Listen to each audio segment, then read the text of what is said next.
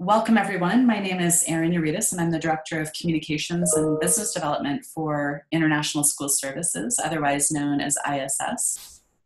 This webinar is the third in a series presented by ISS as part of our commitment to helping connect the world's best teachers and international schools. If you were with us for the first two webinars, you learned about the benefits of taking your career overseas and more details about how to do that specifically. And if you haven't seen those webinars, check them out on our website or the ISS YouTube channel, and feel free to subscribe to that. So whether you're already in the field of international education or just considering making that jump, we're confident that today's webinar is not only informative, but also really timely because we are right in the swing of recruiting season. We know that you may have important questions about how to navigate and take advantage of a big part of this process, which is called the International Recruiting Fair, or otherwise known as an IRC. So throughout the year, we'll continue to host more events like this one, where you can learn about how to find and thrive in international education jobs. So continue to check out the ISS webpage, and you can always visit the career services section as well and simply click on find an international job.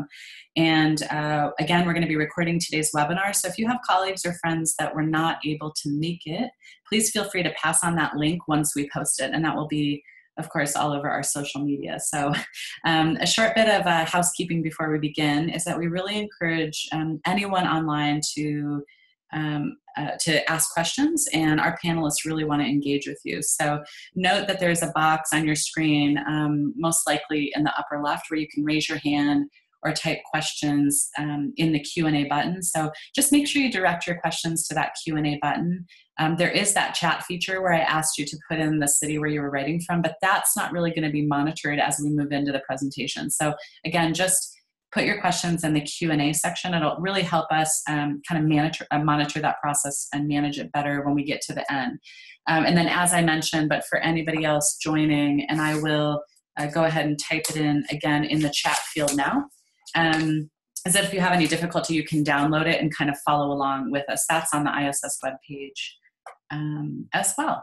So we are on, we're ready to go.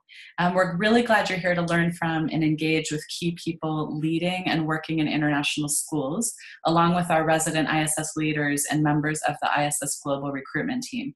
They all have unique perspectives on recruiting fairs, how to make the most of them, important do's and don'ts, and much more. And of course, the Global Recruitment Team has also hosted and helped thousands of educators like you prepare for and do their best at these fairs, helping you guys take full advantage of this opportunity. So first, without further ado, I'm pleased to introduce Dr. Jeremy Moore, who's one of my favorite people in the world and who has been with us at ISS, one of our ISS schools, for a very long time. He's got more than 20 years of experience in education and leadership in the US and overseas. And he's been a teacher and an administrator at the elementary, middle, and high school level. He's currently in his 8th year at Cayman International School, where he serves as the director, and we're really honored to have you here, Jeremy. Next, we have Dana Zarella, who's played multiple roles on the ISS Global Recruitment and Administrative Search teams. She's also the event coordinator for GRT and is a former teacher herself. Has some great insight for you on all parts of the process and fairs. And for the first time, I feel like we need a drum roll on an ISS webinar. We are pleased to introduce Greg Lemoyne, who is currently a technology and 3rd grade homeroom teacher at the Saudi Aramco Expatriate Schools over there in Saudi Arabia. He's been overseas since 2001, and he's taught all over the world. He's also been to multiple recruiting fairs, so he's got some great insight from the teacher's perspective. And finally, I will introduce our ISS Executive Vice President, Bruce McWilliams, who started out teaching in and then going on to lead and even open multiple international schools. He oversees much of our business at ISS at a high level, but has also always enjoyed coaching and helping candidates at fairs. And he's really an invaluable resource to candidates who are in the process of understanding their opportunities that come their way and negotiating contracts as well. And he and other members of our senior team are there at fairs to help you. So finally, just a quick note that Christina Aberhart and Tawan Hardy and other members of GRT are as I mentioned, on with us, and so they'll help. Christina will be helping manage the Q&A section, and we'll also, of course, be in touch with you and follow up after this event. So without further ado, I'm just going to let you know that what we're going to cover today, hopefully we're going to pack a lot of good stuff in, is the advantages to IRCs and what are they, how to prepare for them, school presentations, and the information session, interview tips, considering an offer, which is of course really important. The GRT is going to go through some good reminders about current recruitment technology. And then following up post IRCs. We'll be taking your questions the whole time, so feel free as people are speaking to type them up. But then we are going to turn that over to Christina towards the end so that we can actually get to your questions. So thank you all. I'm going to turn it over now to Mr. Bruce McWilliams. Well, welcome everybody. Thanks for attending today. We're really excited to have you with us, primarily because we're really excited to talk to you about IRCs and the incredible opportunity that they provide for you. So first of all, as Erin mentioned, IRC is short for International Recruitment Conference. And we host several major IRCs each year. This year, our biggest one will be in New York. And what I wanted to kind of try to convey a little bit to you today is what an IRC is like and why it's such a great thing to attend.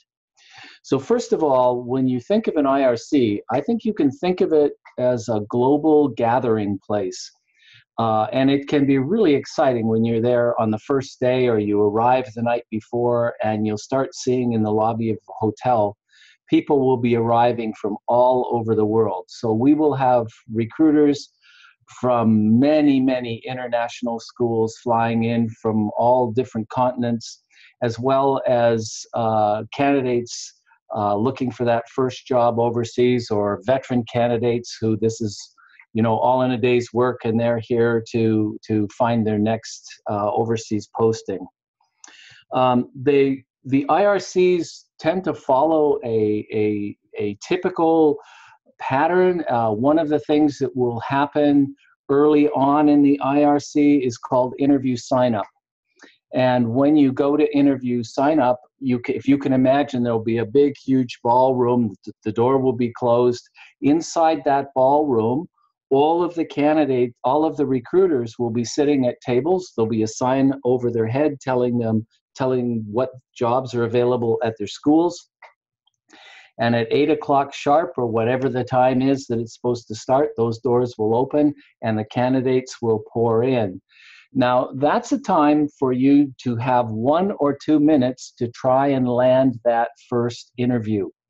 And what I would encourage you to do during that time, because it can be a little overwhelming. There might be 80 or 100 or 120 schools in that room, and use that time carefully and make sure that you get to as many schools as you can. And what will happen is you'll present your resume, and you'll have 1 or 2 minutes to talk to them. And if it looks like you're an interesting candidate for them and you think it's an interesting school, they will sign you up for an interview that will happen later in the conference. So once interview sign up is finished, there are a number of other really interesting things that you can do at the IRC. One is to attend the school presentations. At some time during the IRC, all of the schools will have an opportunity to make a presentation about their school, and you can schedule out time to go and see the ones that you're interested in and really learn firsthand about that particular school. So I would really encourage you to make use of that. Of course, hopefully the majority of your time will be spent interviewing. And if you can imagine, the recruitment fair happens at a large conference hotel. The interviews take place in the hotel rooms of the recruiters. So you will get paperwork that will tell you where all of the recruiters are located in the hotel. You'll have your sign-up time, and off you go and go to your interviews. Another thing that happens at IRCs that I think is not necessarily as formal, but is really helpful and beneficial to candidates, are all of the social events. So we have a social event where you will get to mingle and mix with the recruiters and talk to them in a more informal setting. And you'll also get to meet teachers from all over the world. So if you're new to the international scene, it's a fantastic time to talk to teachers who've been doing this for many years and get their perspective on what international education is all about, and the advantages that they've found, the tips, the tricks. They're a great resource for you. So I would encourage you to make use of that. You will also have a candidate lounge. And so in between your interviews and when you have downtime, you can go and sit in the candidate lounge and talk to the other candidates. It's really an informal time and a time for you to get to know some friends from around the world. In the meantime, in the background, of course, ISS will be doing all of the prep work to organize you. They'll assist and answer any of your questions. We always have a senior member available in the candidate lounge, someone who's been a former head of school, knows international education backward and forward, and you'll be able to ask them any questions that you have. So I would say that I think that international recruitment conferences are really very exciting. Yes, you're there to land that job. Yes, it's a business opportunity, but it's also a really stimulating event. And I can't tell you the number of times that candidates who are attending their first IRC come up to me at some point and say, boy, this was just so exciting. I am just so jazzed to be here and to learn about all of these different opportunities. The other thing I would just say to you is you will be surprised at the degree to which during the IRC you're going up one mountain and down into the valley and up again. That school that you might have been really hoping for just doesn't work out for you. One that you hadn't even thought about on your radar. You had an interview with that recruiter and you thought, boy, that's a fantastic school. That's a place I'd really like to go to. So I would say to you when you attend that first IRC, to go in and be very open-minded and really take a look at not just the schools that are your first or second choice, but get as many interviews as you can. It's a big, wide world out there, and there's lots of opportunities. So I would encourage you to look at those lesser-known locations as well, because I'll tell you, there's a fantastic adventure at every school. Anybody else on the panel, do you have anything that you want to add to that at this point? Sure, Bruce. I'll add a couple of things. This is Jeremy, and hello everyone, and thanks for including me on the panel. Hello everyone on the global recruitment team. Just from my perspective, I remember when I was first going into international education, I had heard about all these international jobs and international education, but didn't know much about it. And as much as I tried to learn online, which back then there wasn't as much online, but it paled in comparison to actually being there. So if you are questioning or you're just interested and you want to learn more, there's no better way to learn more about international education than to actually attend a fair. Bruce already said it. I mean, everyone is coming in from all these different countries. You have an opportunity to network and meet people, but it's truthfully the way to immerse yourself and really experience. I mean, an IRC is an experience. It's not just a job fair. It's more of a comprehensive, almost professional learning experience that you get to have. So for new people, jump in there and do it. For experienced people, I also think IRCs are important as well, because some people say that, I can do it over Skype, and that's true. As a director, I do a lot of interviewing via Skype, but the IRCs are still critically important. I mean, there's so many kind of unintended positive effects that come from actually attending. There's these kind of almost serendipitous moments where a networking, someone from a previous school that you knew, or someone from, a director, anyone in the international education network, it's like a friend of a friend of a friend. The next thing you know, you end up with a job, through some of the networks that you've made just by seeing someone, just by happenstance there at the fair. So that happens a lot. People who are already in international education, I think it's also a very, very beneficial opportunity if you know that you're actually looking for that next posting.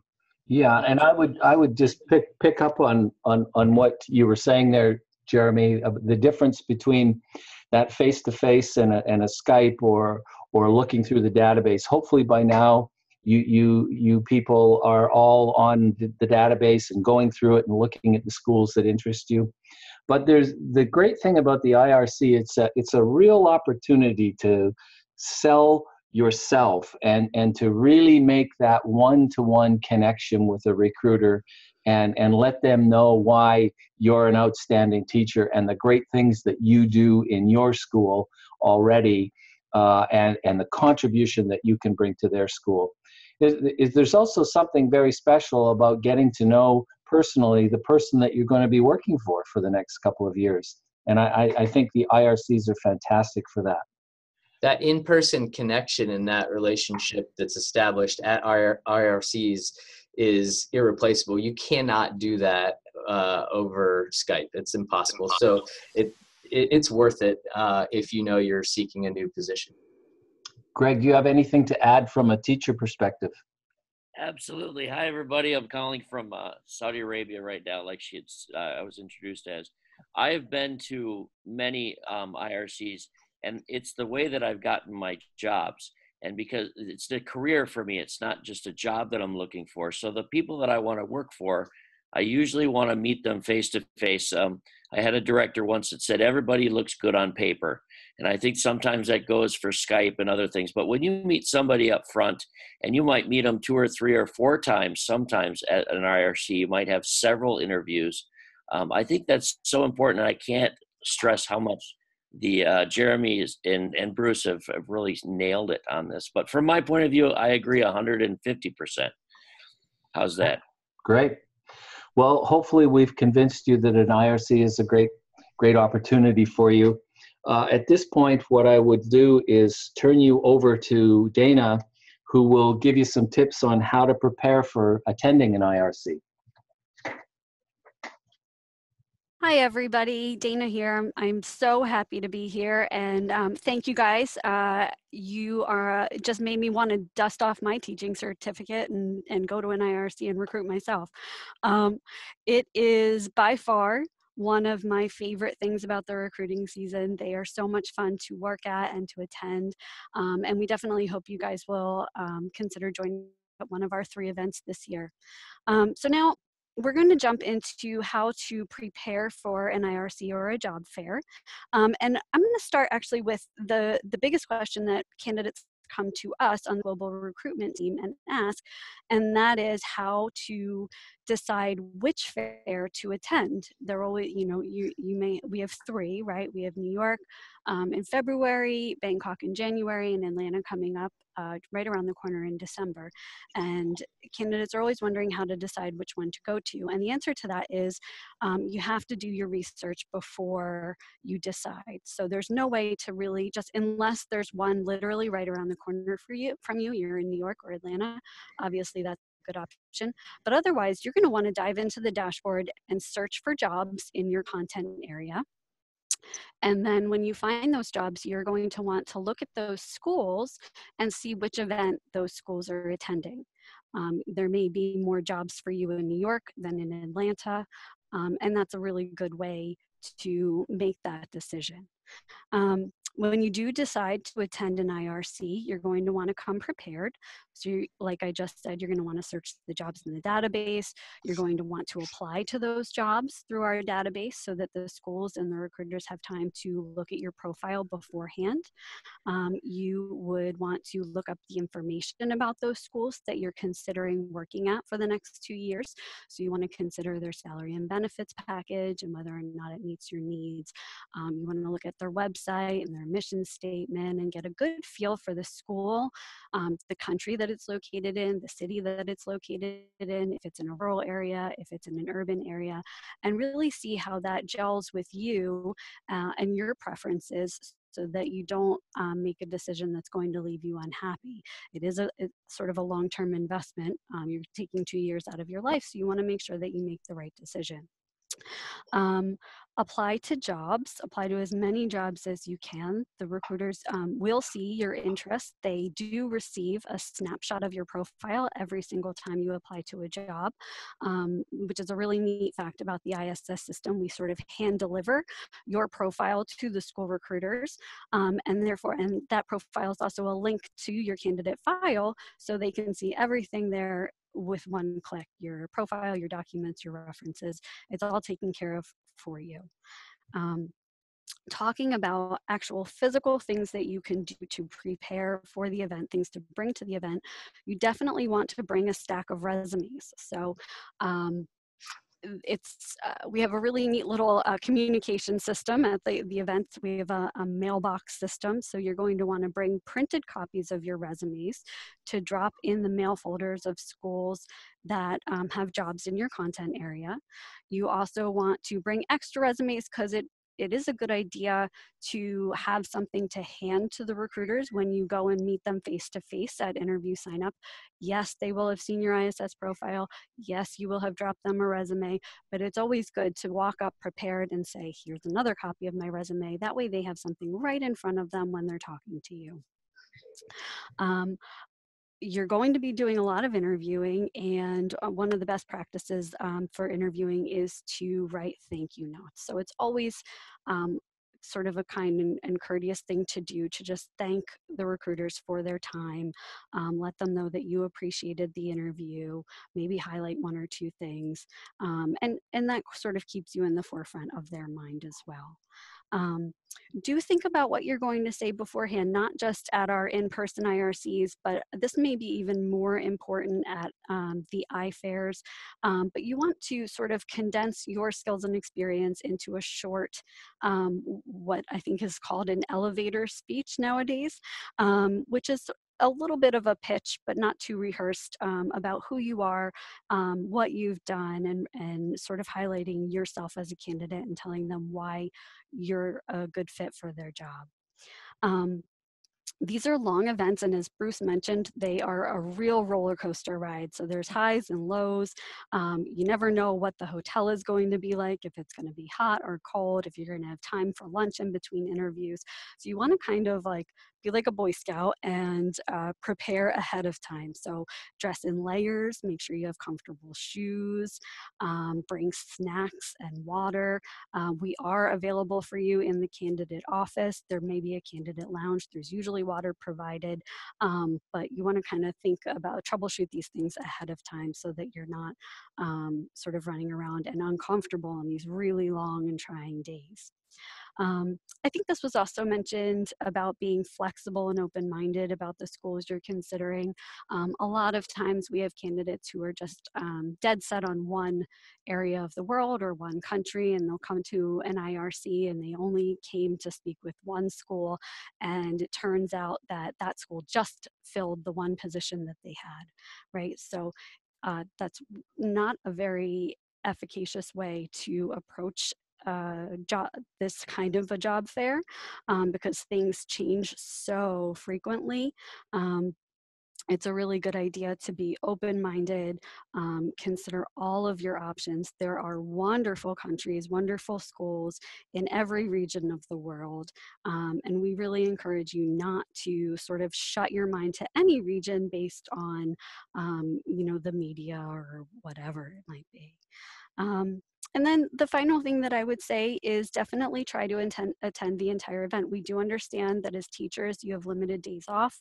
We understand that travel is expensive. This is an investment of your time and money, but it's a really good idea to try to attend that first day of the event if you can. I think Bruce and Jeremy both said that the school presentations are so valuable. You get a good feel for the schools, you get to network. There's a lot of information and connections that are made on that first day. So if you can, certainly get there ahead of time. Try to stay at the event hotel if you can, because the days are long and it's just a little bit more convenient. And I think that's about it. If anybody has anything else to add, feel free to jump in. I think I may have missed something. Christina, can I jump in real quick? This is Greg again. I've been at the job fair several times, and I even had a job offer the night that I got there. And what I had done, and what you said was very important, is that I set aside the entire weekend for the IRC, because it's an investment in my time. So even, it doesn't matter where you're coming from. For me, I was really happy to be there for an entire weekend, because even after I got a job offer and I accepted, I still stayed for 2 or 3 days to finish off the job fair, because I wanted to go see about other schools. Because no matter if you stay for 2 years or 4 years at a school, you're going to be opened up to other schools for later on and making connections right there. Okay. I'll add something as well in regards to how to prepare for a job fair. One of the things that I think is really, really important is that you go to the orientation. So do not miss that orientation in the beginning, because there are systems in place that everyone guides you through to make sure you know kind of the do's and don'ts on how everything works. And so if you miss that orientation, or you don't take the time to really understand how, I mean, this is a complex, and there's hundreds of people there, so it's really complex, and making sure everything flows and works, and how you communicate with each other, with recruiters. So make sure you understand the systems. That's the first thing. So that potentially you could lose out on a job if you don't really understand what's happening with some of those systems. And then also be prepared to initiate conversations with people you don't know in a professional way. This is kind of this international education community is a wonderful network of people, and a lot of people with similar values and ideas, and just connect to people. And you'll hear this same theme throughout this whole presentation about networking, connecting, and talking. So, make sure that you jump in there, talk to people you don't know, maximize your time. Definitely. It's going to go by really quickly. So make sure you talk to a lot of different people from different countries and walks of life. Great. And I think that we are going to move on. Thanks, everybody, to school presentations. And Jeremy, take it away. All right, school presentations. So at the IRC, recruiters have an opportunity to basically talk about their school. And actually, they don't give us very much time. I think our presentations are about 30 minutes, and I could probably talk about my school for 3 or 4 hours easily, but we do try and condense it and give you at least a glimpse or an insight of what it's like at our school and in our location. So people talk about keeping an open mind to other countries you may not have previously considered. These sessions kind of help you do that, because you might think of a certain country and be, I would never really want to go there. But then after you sit through the school presentation, you understand more about that country, you understand more about that school. You really get a sense of what life is like at the school, inside the school, as well as life outside of the school. So the school presentations are really, really valuable. And I would encourage people to go to I actually go to other schools' presentations just to hear. It is whenever I can, I squeeze one in. And recruiters, we're pretty friendly with one another. A lot, we know each other, a lot of us. So, it's good to even hear what's happening and understand more about other international schools around the world. Definitely, if there's a school you're interested in, make sure that you go to their presentation, put your face in front of the recruiter, ask questions at that presentation. After the presentation is over, introduce yourself to the recruiter. Those things go a long way in showing that you're really interested and really serious about a particular school. So definitely look at the schedule, and sometimes there's going to be several different schools you're interested in. They may have presentations at the same time, but just prioritize and go to as many as you possibly can during the whole experience. Bruce or Greg, you have other thoughts on that?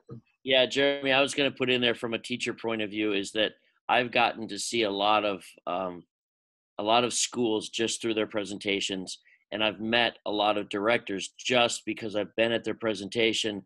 I see them later, and I have a discussion point with them during the social or in the hallway or wherever we end up meeting. And it's a big networking. Like we always said, we're going to continue this thread. It's a chance to meet somebody. You may not have time to meet that director because they're rushing to close down their presentation, but it happens. And I sometimes I go there the presentation before the one I want to see, and I'll sit there and wait through it. And maybe sometimes after I'll go see one also, because you never know what's out there. And these presentations give you a good chance to see the school and hear the person that represents the school speak. Yeah, I think they can be a real advantage for you long term. So you may go to a presentation and nothing develops for you for that school this time, but you make the connection for next time and you learn that, yep, that's a school I'm really interested in down the road. So you kind of put it on your radar for a future possible position. Yeah, over and over I hear people say, I wouldn't have considered that school, but after going to the presentation and after meeting the director or talking with the recruiter, that's actually a place that I'm interested in. So take the time to go to those. Okay, interview tips. Getting into some of the details and the nitty-gritty, it is an interesting experience interviewing at these IRCs, especially if you've never done it before, because you have usually these very short interviews, relatively short compared to what might be a normal interview in another context. And most of the time they're in hotel rooms, which is also sometimes interesting. So just preparing yourself mentally for what it looks like and trying to visualize how you're interviewing at the IRC is helpful. All of the normal interview tips would apply. Be punctual. And sometimes that can be difficult because you're trying to line up so many different interviews, which is a good thing, but make sure you leave time in between, because you might get into an extended conversation that you didn't anticipate, and it runs longer than you thought. So you'll want time in between interviews. And also you want to clear your head and get ready for the next school. So, do a little bit of prep work before you walk in there and try your best. It still happens anyway, but try your best not to rush directly from one straight into another. So you have some time to mentally prepare and think about the school that you're going into. Really, you should be walking into every single interview as if that's the school you're going to, and you need to, put your best foot forward.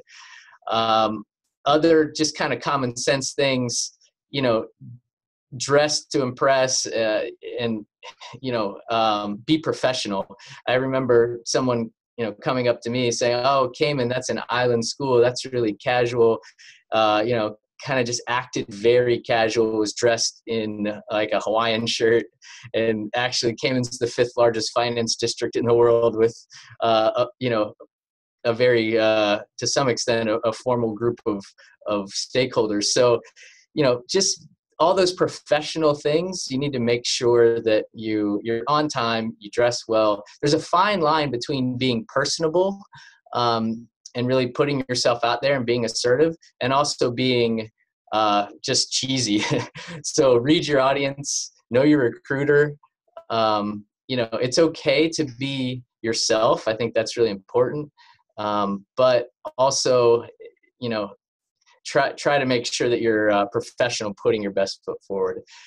make sure that you have questions. Like, people ask me this a lot on what should they bring to an interview or what should they know going into an interview. Have some quality questions prepared for the recruiter for the end of the interview.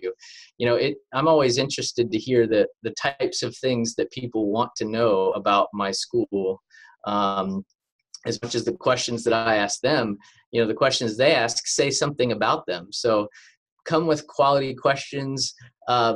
Be prepared to talk about even mistakes or growth experiences and what you've learned from those. I know that's a common interview question that stumps a lot of people, is, you know, asking them to talk about a growth experience and how you learned or grew from it.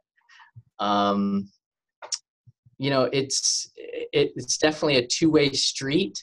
So some people who have been to IRCs before, sometimes, you know, if they come in and, you know, avoid being arrogant or pushy, and then other people on the other side, don't be too shy and not sell yourself. So I think balance is key with all of these things. Don't talk too much about the location of a school and focus more on the school itself. In my experience, you know, some people say, oh, they love the beach and they love diving, and that's great. A lot of people love the beach and they love diving, but how does that really relate to, you know, my school and them selling themselves? Yes, we want people who fit well in our locations. There's no doubt about that. That's absolutely critical. We mean it as recruiters when we say we're looking for best fit. And part of that is location, but, you know, you have to be careful about how you approach that conversation. People often ask me, they'll say, what are you looking for in a candidate or, you know, in an interview? And for me, I have a little alliteration that I use to help people and just to explain people what I look for. And that's passion. Are they passionate about education? Their pedagogy or their philosophy. How do they, what's their philosophy of education? How do they approach teaching and learning? People. So how do they engage in relationships, and do they have good rapport with colleagues and with kids? Professionalism. Are they continuing to learn and grow as a professional, and do they act as a professional?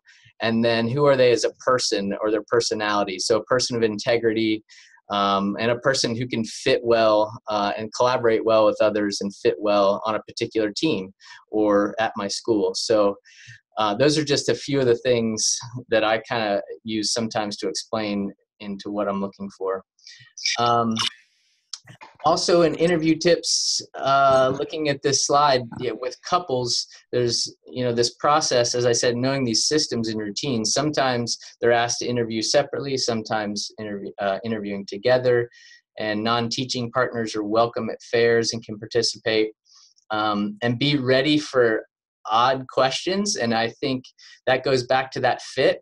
All of us as recruiters truthfully, sincerely want people who fit well. And so sometimes we might ask questions that catch people off guard, or they're like, oh, that's interesting. But truthfully, we're just trying to see if that person would fit within the particular context of our school.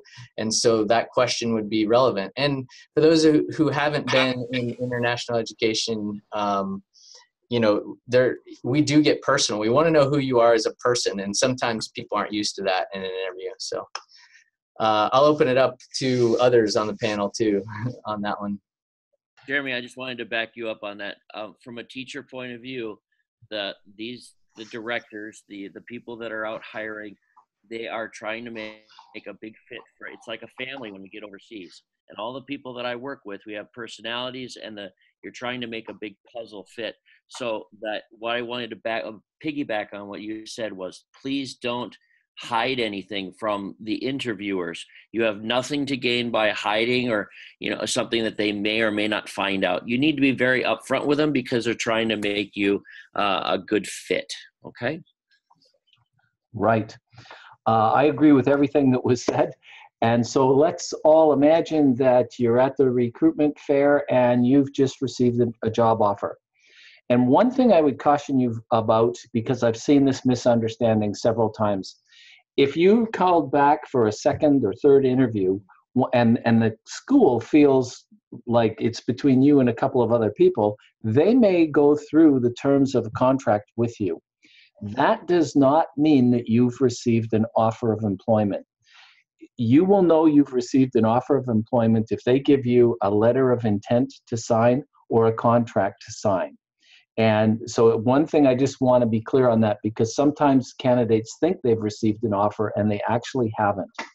But let's assume that you have received an offer. And it can be very confusing to try and figure out how good that offer really is. So that's one of the reasons that we require schools to give you 24 hours to think about that offer. And you may have multiple offers on the table. One great strategy for you is to go into the candidate lounge, and if you have any questions about a contract, sit down with one of our senior people who will be there, and we go there specifically for that, and we can take you through that contract and perhaps illustrate some things that you haven't thought of. So to give some of the examples of things that I think are really important. One is to be very clear about your housing benefits. Are you getting a housing allowance? Are you getting, is the housing being provided for you? If so, how many bedrooms is that housing? Are the utilities provided for you? If it is a housing allowance, one thing that I would encourage you to do, so for example, if someone says, oh, we're going to give you $2,000 a month housing allowance, that sounds fantastic. But you want to get on the internet and find out what $2,000 will rent you in the location that you're going to. In some locations, that's not going to get you very much. So it's really important to understand the local housing market, what you're entitled to. You also want to know any local taxes that you may be subject to. Many of the locations that you are going to, you will be tax-free, but not all are. So some locations, you may have to pay some tax. It's very important that you remember what that tax situation is when you're calculating how much money at the end of the day you're going to be able to put in your bank account. Another area to think through is your retirement program. Does the school offer a retirement program? If so, how much is it? Is it money that's deposited into your account, or are you required to buy stocks and mutual funds? Sorry, someone was just knocking at my door there. Stocks or mutual funds from a particular company. That's important that you understand what those retirement benefits are. And one thing I would say to you, one way that I look at this, because often you may get a salary. Suppose you're in a really well-paid school district in the United States, and then you go overseas. Some of the locations, there's a huge difference in salaries. You may look at your gross salary, and it may be significantly less than what you're making in the States. But what I always encourage in potential overseas teachers to do is to sit down and say, in my current situation, how much money can I put in the bank each month? And remember, you're probably paying rent, you're probably paying your utilities, you're paying your taxes, all of those expenses that you may not have overseas. So then take your overseas package and sit down and say, okay, if my rent's paid for, if I'm not paying any state tax or federal tax, I'm not paying my utilities, how much of that can I put in the bank at the end of the month? And I think that's a really critical way to look at it. And you will often find that you can make more money on a smaller salary living overseas. It depends on the location. And I will tell you that the locations vary tremendously in the salary and benefits packages that they offer. So it's really critical before you sign that on that dotted line that you make sure that you understand all of the terms of the contract and what that means to you. And finally, the thing I would say to you is that in the overseas overseas community, verbal acceptances are binding. So be very careful that you understand, is this being offered to me? And if I accept it, if you accept it verbally, that means that they will stop recruiting. And remember that that recruitment fair is their only opportunity to find teachers. So you really don't want to put a school in that position. So do not accept an offer verbally unless you intend to follow through with it. And I really think sometimes, particularly people new to overseas, really don't understand the bind that they put a school in if they commit to a contract and then recruitment season goes away. All of the IRCs are done for the year, and then the school finds out that they don't have a teacher. That really makes a big difference for the kids at that school. So, and it's, to be frank with you, it's very frowned upon in international education. So I would strongly encourage you not to do that. One last thing I'll say before I'll move on in this, I know we're getting close to running out of time here, is do also take a look at what currency you're being paid in. Are you being paid in US dollars, or are you being paid in a local currency? If you are being paid in a local currency, how much does that currency fluctuate? Those are all things that you want to take into account. And finally, remember that we will be in the candidate lounge with you, and we're happy to work any of this through with you during the time. We don't want anybody to make a decision without really thinking it through carefully and doing something that is right for them. So unless anybody has anything to add, I will hand it over to Dana to talk about the recruiting technology. Can I just add one very quick comment just about considering a job offer? And it may sound obvious. I mean, there's things like health and safety and location and all of that, and there's finances.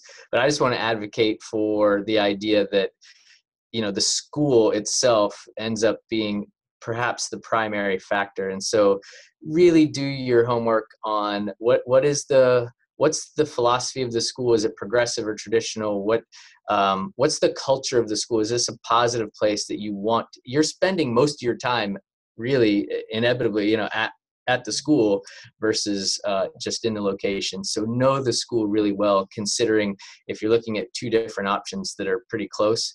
Find out, is this a place I want to be? Are these people I want to work with? I mean, most international schools are just, they're awesome inherently, you know, it's just a great network of schools, but there are differences, and, you know, make sure that you figure out a place that fits for what you're looking for. Great, thanks. And I would also add, Bruce, just to go back to the idea of a verbal agreement being binding. Bruce did a really great job of explaining how that impacts a school when a candidate backs out of a contract. But from our perspective here on the global recruitment team, and for you as candidates, you also have to understand that that has a significant detrimental impact on your career in international education as well. When a candidate agrees to a job, accepts a job verbally at an IRC, and then a couple of weeks later says, oh, my mom's really upset that I'm going to XYZ, I'm not going to go. That school informs ISS, that school informs the other major recruitment agencies, and you as a candidate will no longer be supported for jobs in international schools. So it can effectively end or suspend your ability to seek jobs abroad for a significant amount of time. So do keep that in mind. Check with your family beforehand. Make sure everybody's on board. Make sure you can bring your cat with you. Just make sure that this is a definite, you can go and fulfill this contract when you do accept a job. Moving right along to recruitment technology. So we have a few tips for before, during, and after the event. Once you sign up for an event as an IS candidate, the first thing you want to do, and probably this is a good practice just to do throughout the recruitment season as a whole, is check your ISS profile, which is accessible right in your dashboard, and make sure that your information is up to date and filled out completely, that you've dotted your I's and crossed your T's, your spelling is correct, your grammar is correct, that you've included a Skype address, and all of the relevant information that recruiters are going to need to contact you. You do want to, of course, use the ISS database to search for jobs and apply to jobs. We always advocate sending a separate email to the school when you apply for a job. The email address is usually listed right there in the job details, so you can easily send them a very brief email just introducing yourself, telling them what specific job you're applying for, that you found that job through ISS so that they know exactly where to go to find your profile. And sort of connecting them with them in that way keeps your name in front of the school and the recruiters. Do absolutely check out the resources section of your candidate dashboard, and I had wanted to mention that back in interview tips, but we were moving along and I forgot. But the resources section of your candidate dashboards has a wealth of information and a bunch of links for you to check out with interview tips, salary and benefits, the ISS directory of schools, and so much more great information to make you a successful candidate. Now at the event, we're very proud to announce new this year, we have an event app for the first time ever. We're using an app called Whova, which you can download for free through the Apple Store or the Google Play Store. If you know you're attending an event and you want to go ahead and download that now, you can. They have a demo event that you can check out and sort of familiarize yourself with the app. Our events are not live yet, but shortly before the event starts, they will go live and you'll be able to get in there and set up everything that you need to set up. If you do register for an ISS event, that information and all the details will be sent to you by the registrar for the IRC. When you're at the event, it's also really important to check your ISS dashboard frequently because recruiters do send messages that way. You know, they're in your profile, they're looking at you, they think you're a fantastic candidate. There's a little button for them to click to send you a message. You'll get an email alerting you to that message, but you also want to check your email and your cell phone regularly. Because these events move so quickly, you want to keep on top of all the communication that's going on. To that effect, you definitely want to make sure that your cell phone number and your email address are correct on your ISS profile. And I think this is probably more important for international candidates. So if you're flying in from overseas, you want to make sure that the right cell phone number is on your ISS profile. After events, always keep in touch with the school recruiters that you interviewed with, follow up with jobs that you're still interested in, respond to messages in your dashboard. You know, that's a great practice that we don't always talk about so much, and that's that, you know, the schools are going to contact you and inevitably they may not be in your region of interest or whatever. Just respond. It's always courteous to send them an email response. You don't want to burn bridges because you never know what's going to happen down the road, but it's always nice to just send a thanks, you know, but I'm considering other options at this time kind of an email. And then finally, when you accept a job offer, please let the team know. We are so excited to celebrate these moments with you. We do need to know so that we can close that position in the database and so that other candidates don't continue to apply to it. And then keeping close contact from there, you kind of transition from ISS holding your hand to the school HR department holding your hand and taking you through all the visa needs and everything that you need to get together in order to make the successful transition from life in one school and country to life in another school and country. Did I miss anything, guys? Does anybody have anything to add? No, I think you covered it. All right.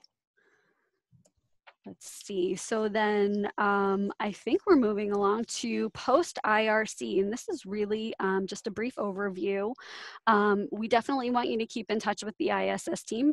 We're here to help you if you got a job, if you didn't get a job, if your search is continuing, if you're just panicking and you have questions, the global recruitment team is here to help. So don't ever hesitate to call us or email us. If you did not accept a job at an IRC, continue applying for jobs in the database. Again, always follow up with that email to keep getting your name in front of the recruiters. And even though the season, the busy time is probably starting about now and it goes right through the end of February, but realistically positions open up all over the world right up until school starts in September. So never give up. I would also suggest that you consider attending another event. We have multiple in-person events, and then we have also 3 iFairs every year. So we have one coming up just in a week or so in November 18th. And then after our last in-person event in February, we have an iFair March 17th. So those are terrific events. You don't even have to leave your home to participate in an iFair, so keep those in mind as well. And I would just like to, before we move on to Q&A, give the panelists one last chance to jump in and say anything they'd like to say in closing. Yeah, I would like to say a couple of things. The one thing I would like to say is make sure when you go to the IRC that you also have time for some fun. You know, you really are going to get to know a bunch of people. There's social events, and it doesn't have to be a huge stressful event. Yes, there'll be those times, but it's a time to have some fun as well.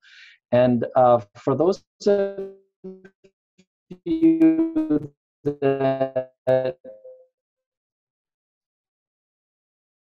are kind of take that big first leap, and it's quite a courageous leap to take, but boy, are they ever glad that they did. It's a whole new world out there, and a really exciting one, and one that really allows you to be really engaged in the education in your school. You get to be a decision maker rather than just doing some big, huge state curriculum or provincial curriculum. You actually get to make those decisions in your classroom.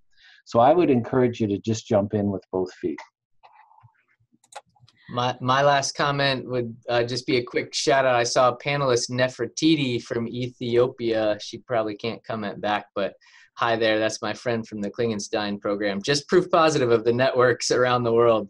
So hello, Nefertiti in Ethiopia, if you can hear me. Well, on that note, we're going to move to the Q&A. I know we're running a little bit over, but we're going to try and get to a couple of questions. You all have been submitting some really, really great questions. I know the team has been answering some of them, but we're going to try to get to a couple. So for the panelists, our first question was actually emailed in advance, but I think it can apply to many people.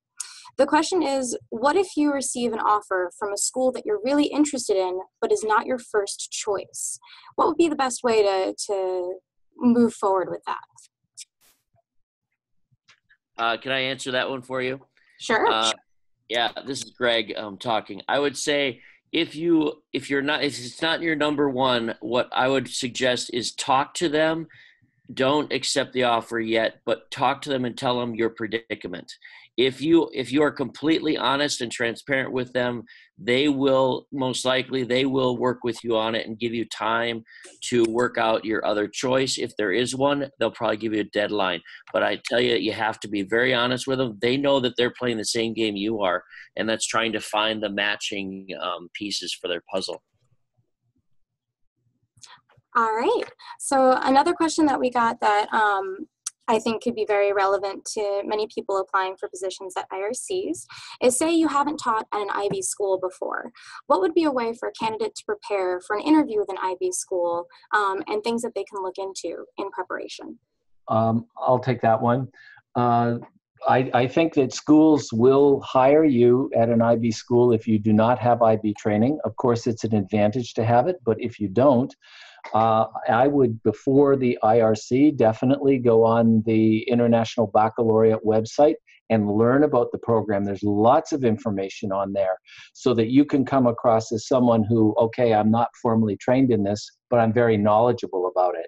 So take a look at what area of the school you're looking at. And if you're an elementary teacher, go in and learn everything you can about the PYP. You know, it's not rocket science. You can get the fundamentals of it so that you can speak in an informed way about it in your interview. And I think a lot of schools will hire you, and if they think you're the right type of teacher for the school, and then help you get your training at the school. Candidates often separate themselves in different ways, and simply doing your homework and being really prepared just to reinforce what Bruce is saying, that can separate you from other people. If you know you're going to be asked questions about specific things, do your homework, have a knowledge base. If you don't have the experience base, at least separate yourself by having the knowledge base, and you can find that out anywhere online. All right, so I'm going to have one more question, and that is, Bruce, you mentioned that New York is the biggest event of the recruiting season. Mm-hmm. Would you mind explaining why New York compared to other events is larger and kind of how the recruiting season goes as a whole? Well, I think it's the largest one because the nature of the location attracts the most people. We tend to do our larger fair later in the recruitment season. Now, that's not to say if you go to Atlanta, there's big advantages to being in Atlanta too. One of the advantages, it's a smaller fair, and there's less teachers for the recruiters to take a look at. So each of the fairs has their own advantage. But yeah, New York will definitely be the larger one. I think that's because of the location and because historically, when you think about ISS fairs, the time of year that happens tends to be the time of year that the largest fairs are held. I would also say to you, when you're thinking about what fairs you should attend, don't dismiss the I-fairs either. They're fantastic. You can sit at home. You can be in your PJs and attend the I-fair and make those connections. And then I know candidates that have gone to an I-fair and come out of it with 3 or 4 interviews at the end of the I-fair. The I-fair is like the interview sign-up that we talked about before, where you're typing on the keyboard and you're introducing yourself, and the recruiter can see your paperwork. You can see the salary and benefits and the paperwork for the school. And what happens at them is they say, hey, you know what? We are interested in you. Can you Skype next Tuesday? And you say yes, and there you go. You've got your interview. So I would say that every one of our fairs has different advantages, and take advantage of as many of them as you can. All right. Well, I know we ran a little late, everyone, but if you didn't get to your question, you are more than welcome to email us at our global recruitment email. I'll be sending out a follow-up email with this entire recording, so keep an eye out for that. We will also be having a Q&A based only webinar in December. So if you really want to get your questions answered, definitely look out for that one. We're here to answer any of your questions, so don't hesitate to reach out. Thank you one more time to the panelists. We really appreciate you coming here and sharing all of your knowledge. And does anyone want to have any closing statements before we finish for today? I've got one. Please just know that this is the best kept secret in the world. Teaching overseas has changed so many lives. You can do so many wonderful things. And the IRC is probably the best way to get involved in this. So I look forward to seeing some of you out here in different countries along the way. It's a small world. Thank you, Greg. I would concur with that as well. The IRC is the gateway to international education, the best kind of primary gateway into getting into this amazing world of international education. So take advantage of it. I just wanted to say I wish you all the best. I will be really excited to see some of you, and I know that there are all of you on this today. Many of you are going to get jobs, and it's going to change your life, and that's one of the joys in my job. So congratulations for signing up and taking this big plunge, and we really look forward to helping you find that next job. So good luck and congrats. Great. Thanks, everybody. Thanks, Global Recruitment Team, and to all of our panelists. It was wonderful having you on, and we had so many educators joining us. So we will talk to you next time. Stay tuned, and we've got another webinar, actually several planned in the next few months. Have a great weekend, everybody. Bye-bye.